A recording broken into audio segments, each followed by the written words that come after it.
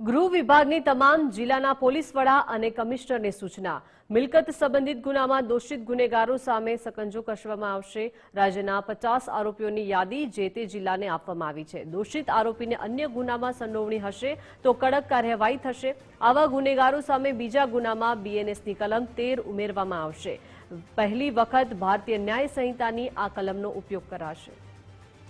વધુ માહિતી સાથે સંવાદદાતા નિકુંજ જોડાઈ ગયા છે। નિકુંજ, ગૃહ વિભાગ દ્વારા જે સૂચના આપવામાં આવી છે, તમામ જે મિલકત સંબંધિત ગુનામાં દોષિત ગુનેગારો હશે તેમના સામે સકંજો કસવામાં આવશે। નિકુંજ, ખાસ મિલકત સંબંધિત ગુનામાં દોષિત ગુનેગારો સામે ગૃહ વિભાગ સકંજો કસશે। કોર્ટના દોષિત જાહેર થયા પછી અન્ય ગુનામાં સંડોવણી સામે આવશે તો કડક કાર્યવાહી થશે। આવા ગુનેગારો સામે બીજા ગુનામાં બીએનએસની કલમ 13 ઉમેરવામાં આવશે અને પહેલી વખત ભારતીય ન્યાય સંહિતાની આ કલમનો જે છે તે ઉપયોગ કરવામાં આવશે તે પ્રકારની જાણકારી મળી રહી છે। આ કાયદા મુજબ આજીવન કેદની જોગવાઈ છે।